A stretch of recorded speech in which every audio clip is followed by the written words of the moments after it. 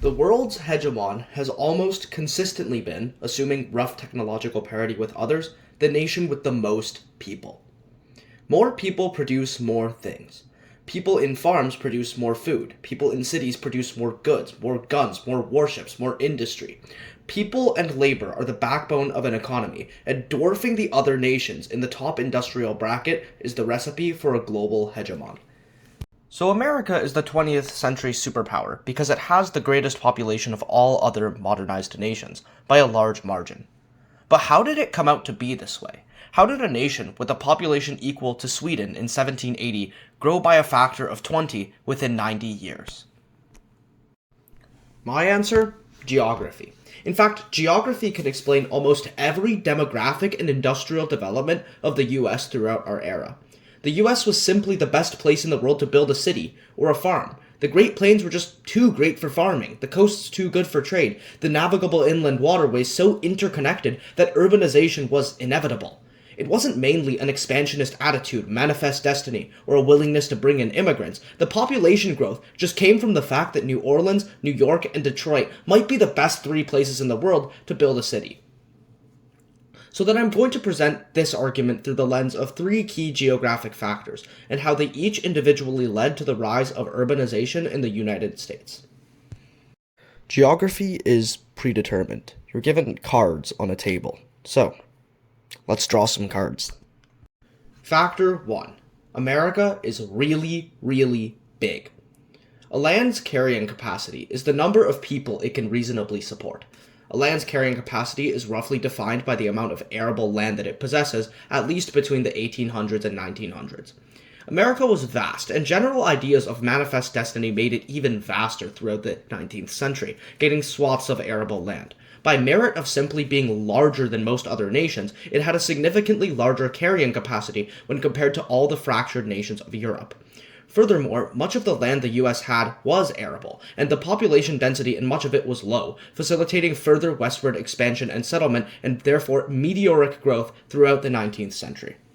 Factor 2. Transportation favoring geography. The US's largest urban areas between 1780 and 1830 were almost all coastal. This makes sense. For cities to survive, they need to both export and import goods en masse.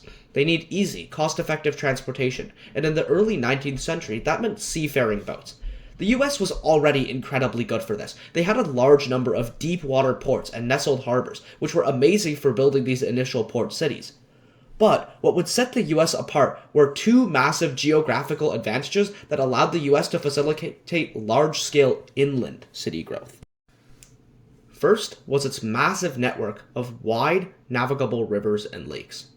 The Mississippi River Basin possessed navigable rivers that could reach almost every corner of the US between the Rockies and Appalachian Mountains, and the Great Lakes St. Lawrence watershed was even better for transportation. These inland waterways led to the initial rise of states like Missouri, Ohio, Michigan, and Illinois. But by the mid to late 19th century, railways became a secondary form of inland transport. Take a look at this, a railway map of all lines built and proposed in 1851. Then look at this second one, from the year 1876. A 25-year gap, and yet there is a night and day difference here. Railroads were amazing. They were not only the result of urbanization of westward expansion, but they also facilitated it. So how does this tie into geography? Well, the US was probably the most geographically advantageous place you could have built a railroad. There were very few natural geographic barriers like hills and mountains, the land was flat, and railways could often run in conjunction with rivers.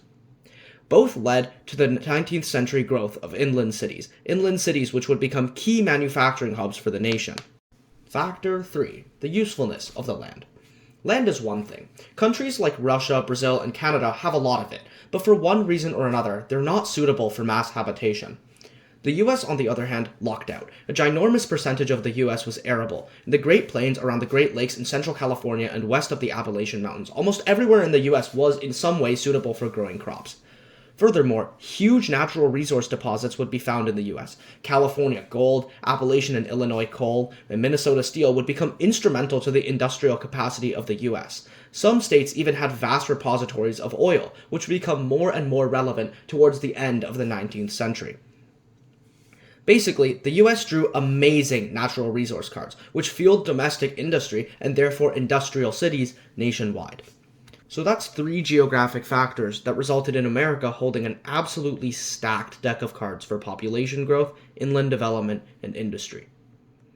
But as a final method, in case you don't buy my argument enough, do you see those little lines in the background?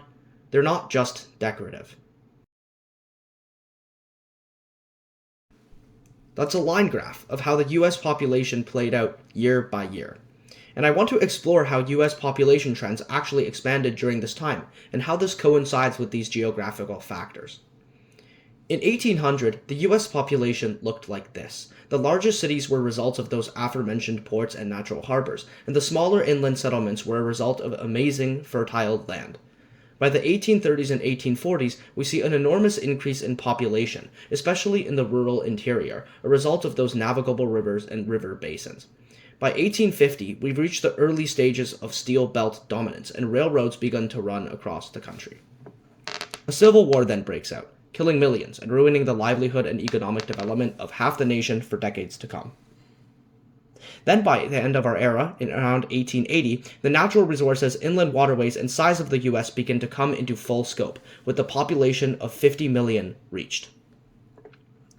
And so it's no surprise then that the US ends off topping the leaderboards in this era. It dominates global wheat production, with individual states producing more than whole European countries. Its coal and steel production are almost unrivaled, and by 1890, a short 13 years after the end of Reconstruction, the US held the largest GDP of any nation in the world.